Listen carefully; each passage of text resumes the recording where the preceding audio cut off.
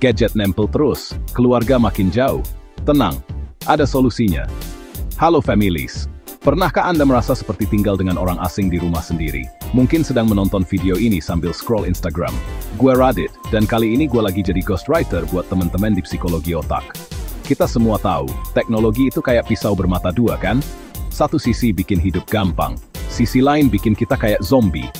Ini bukan mau nakut-nakutin, tapi lebih ke, sadar yuk bareng-bareng. Kita bakal ngobrolin solusi praktis yang bisa langsung dicoba. Koneksi Wi-Fi kencang itu penting, tapi koneksi hati antar anggota keluarga itu jauh lebih penting. Setuju? Yuk lanjut. Oke, kita mulai dari yang agak nyelekit dulu ya, biar langsung melek. Bayangin nih, rata-rata keluarga di Indonesia itu ngabisin waktu 8,5 jam sehari di depan layar gadget.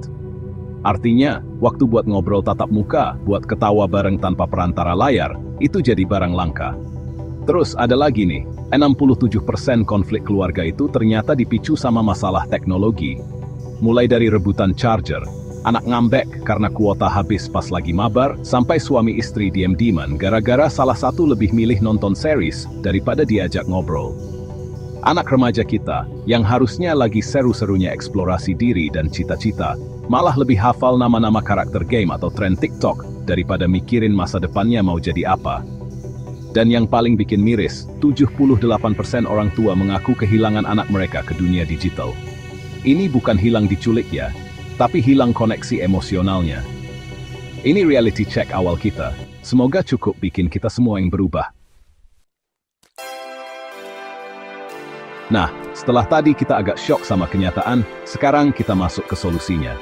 Psikologi otak punya metode keren nih, namanya Connect. Dan huruf pertama, C, itu artinya Create Tech-Free Zones. Bikin area atau waktu di rumah yang bebas dari gangguan gadget.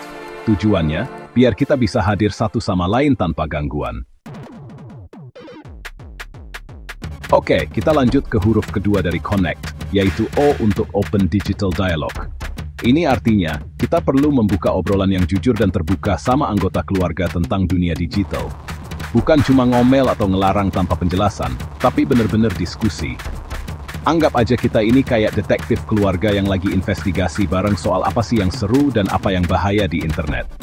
Langkah pertama yang paling simple, tanyakan. Iya, sesimpel itu. Tanyain ke anak-anak, lagi nonton apa sih di YouTube? Seru ya? Cerita dong. Atau ke pasangan, game yang lagi kamu mainin itu tentang apa sih? Kok kayaknya asik banget? Jangan langsung ngejudge atau curiga. Dengarkan dulu dengan tulus. Kadang, dari pertanyaan sederhana ini, kita jadi tahu apa yang lagi mereka suka, apa yang lagi tren di kalangan mereka, dan mungkin juga apa yang lagi mereka khawatirkan. Ini juga cara buat nunjukin kalau kita peduli sama dunia mereka. But dunia itu sih. Sekarang kita masuk ke huruf N yang pertama dalam Connect, yaitu Navigate Together. Ini maksudnya, kita sebagai keluarga itu harus bareng-bareng menjelajahi dunia digital. Jangan biarkan anak-anak berlayar sendirian di lautan internet yang luas dan kadang ganas ini. Salah satu cara seru buat Navigate Together adalah Family YouTube Time. Pilih channel YouTube yang edukatif atau menghibur tapi tetap aman buat ditonton bareng. Bisa channel tentang sains, masak-masak, travel, atau bahkan komedi yang family friendly. Nonton bareng terus diskusiin isinya. Terus gaming together. Nah, ini buat para bapak atau ibu yang anaknya suka ngegame. Daripada cuma ngelarang atau ngomel karena anak ngegame terus, kenapa nggak coba main bareng? Banyak kok game yang bisa dimainin sekeluarga, dari game konsol sampai game mobile. Ini bisa jadi cara buat bonding sama anak, masuk ke dunia mereka dan ngerti kenapa mereka suka banget sama game itu. Sambil main, kita juga bisa selipin pesan-pesan moral kayak pentingnya kerja sama tim atau sportivitas. Siapa tahu, malah jadi hobi baru keluarga kan? Kita sampai di huruf N yang kedua dari Connect, yaitu Normalize Emotions. Ini penting banget families. Maksudnya, kita perlu menciptakan suasana di rumah di mana semua anggota keluarga merasa aman dan nyaman buat ngungkapin perasaannya, apapun itu. Termasuk perasaan yang muncul gara-gara interaksi digital. Kadang kita lupa, di balik layar gadget itu ada manusia dengan emosi yang nyata. Anak kalah main game, bisa jadi dia kesal atau sedih. Kita lihat postingan teman liburan, bisa jadi kita iri.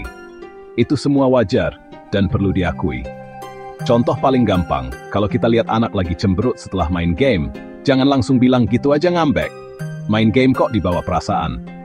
Coba dekati dengan empati. Saya lihat kamu kesal setelah main game tadi. Mau cerita nggak kenapa? Kalimat sederhana ini bisa membuka pintu buat anak ngungkapin apa yang dia rasain. Mungkin dia frustrasi karena nggak bisa naik level, atau mungkin ada teman mainnya yang ngomong kasar. Dengan mendengarkan, kita bantu dia memproses emosinya, bukan malah memendamnya. Validasi perasaan. Ini nyambung sama yang tadi. Oke, families, kita udah sampai di huruf E dalam metode Connect, yaitu Establish Digital Values. Ini artinya, kita sebagai keluarga perlu punya nilai-nilai atau prinsip dasar soal gimana kita menggunakan teknologi. Ini bukan cuma soal bikin daftar panjang boleh dan tidak boleh yang kaku ya, tapi lebih ke diskusi bareng buat nentuin batasan yang sehat dan disepakati bersama. Ibaratnya, kita bikin konstitusi digital buat keluarga kita sendiri. Tujuannya biar semua anggota keluarga punya panduan yang jelas dan merasa dilibatkan dalam pembuatannya. Salah satu cara paling efektif adalah dengan membuat Family Digital Charter atau piagam digital keluarga. Duduk bareng, diskusiin hal-hal kayak kapan waktu yang pas buat main gadget, aplikasi apa aja yang boleh diinstal, informasi pribadi, apa yang nggak boleh di-share online, gimana cara kita bersikap kalau ada konflik atau masalah di dunia maya. Tulis semua kesepakatan itu, tempel di tempat yang gampang dilihat, misalnya di kulkas atau dekat komputer. Ini jadi pengingat buat semua, dan karena dibuat bareng, rasa kepemilikannya juga lebih tinggi. Kita balik lagi ke huruf C, families, tapi C yang ini beda dari yang pertama. C yang kedua dalam Connect adalah consistent modeling. Kita harus jadi contoh yang konsisten dalam menggunakan teknologi secara sehat dan bijak. Anak-anak itu peniru ulung. Mereka belajar dari apa yang kita lakukan. Jadi kalau kita nyuruh anak jangan main HP pas makan, tapi kita sendiri sambil makan sambil bales WhatsApp, ya pesannya nggak bakal nyampe. Simpan HP saat anak bercerita. Kasih perhatian penuh, tatap matanya, dengarkan dengan sungguh-sungguh. Ini nunjukin ke anak kalau mereka itu penting. Ini juga ngajarin mereka tentang pentingnya menghargai orang yang lagi ngomong. Kelihatannya sepele, tapi dampaknya besar buat koneksi emosional. Akhirnya, kita sampai di huruf terakhir dari metode Connect, yaitu T untuk Time Management Together. Ini soal ngatur waktu penggunaan teknologi secara bersama-sama dalam keluarga. Kenapa harus together? Karena kalau aturannya cuma dari satu pihak, seringnya malah jadi sumber konflik. Tapi kalau dibahas dan disepakati bareng, semua jadi lebih punya rasa tanggung jawab buat menjalankannya. Ini kayak bikin jadwal piket, tapi buat penggunaan gadget. Tujuannya biar semua kebutuhan terpenuhi, baik kebutuhan digital maupun kebutuhan non-digital. Salah satu caranya adalah dengan membuat digital schedule atau jadwal digital keluarga. Tentukan kapan waktu buat belajar atau kerja pakai gadget, kapan waktu buat hiburan digital, dan yang paling penting, kapan waktu buat gadget free. Misalnya, sepakati kalau 1 jam sebelum tidur itu udah nggak ada yang pegang HP. Atau, pas weekend, ada alokasi waktu khusus buat main game bareng, tapi juga ada waktu buat kegiatan outdoor tanpa gadget sama sekali. Jadwal ini bisa fleksibel dan disesuaikan sama kebutuhan masing-masing keluarga. Selain jadwal umum, penting juga buat menciptakan quality time blocks. Nah, setelah kita tahu metode Connect buat ngebangun komunikasi yang lebih baik, sekarang penting juga buat tahu cara deteksi dini kalau ada masalah komunikasi yang mulai muncul di keluarga kita, terutama yang berkaitan sama teknologi. Anggap aja ini kayak pasang alarm kebakaran, biar kita bisa cepat tanggap sebelum apinya jadi besar. Ada beberapa warning signs atau tanda peringatan yang perlu kita waspadai. Kalau tanda-tanda ini mulai kelihatan, jangan diabaikan ya, families. Ini saatnya buat lebih perhatian dan mungkin perlu evaluasi lagi cara kita berinteraksi. Salah satu tanda yang paling umum adalah komunikasi superficial. Ngobrol sih ngobrol, tapi cuma sebatas basa-basi. Udah makan belum? PR udah selesai? Gimana sekolah tadi? Jawabannya juga singkat-singkat. Udah, belum, biasa aja. Nggak ada pendalaman, nggak ada cerita yang lebih personal. Oke, kita udah sampai di bab terakhir nih. Families. Setelah tahu cara deteksi dini, sekarang kita ngomongin soal pencegahan proaktif. Pepatah lama bilang, mencegah lebih baik daripada mengobati. Ini berlaku banget buat urusan komunikasi keluarga di era digital.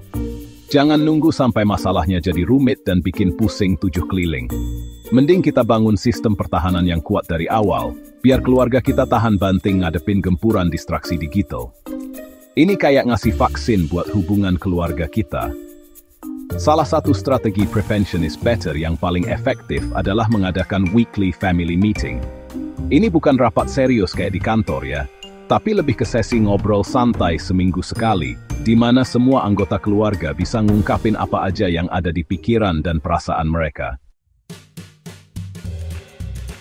Families, teknologi bukan musuh komunikasi keluarga. Jadikan gadget sebagai tools untuk memperkuat bonding, bukan memisahkan. Perubahan kecil yang konsisten bisa luar biasa buat kehangatan rumah kita. Jangan sampai kita punya smart home tapi dumb family. Ini soal usaha kita bareng-bareng buat jadi keluarga yang lebih terkoneksi. Karena pada akhirnya, yang paling kita butuhin itu bukan follower banyak, tapi keluarga yang selalu ada.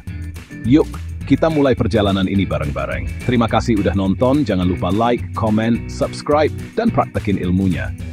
Sampai jumpa di video berikutnya. Semoga keluarga kita semua makin harmonis.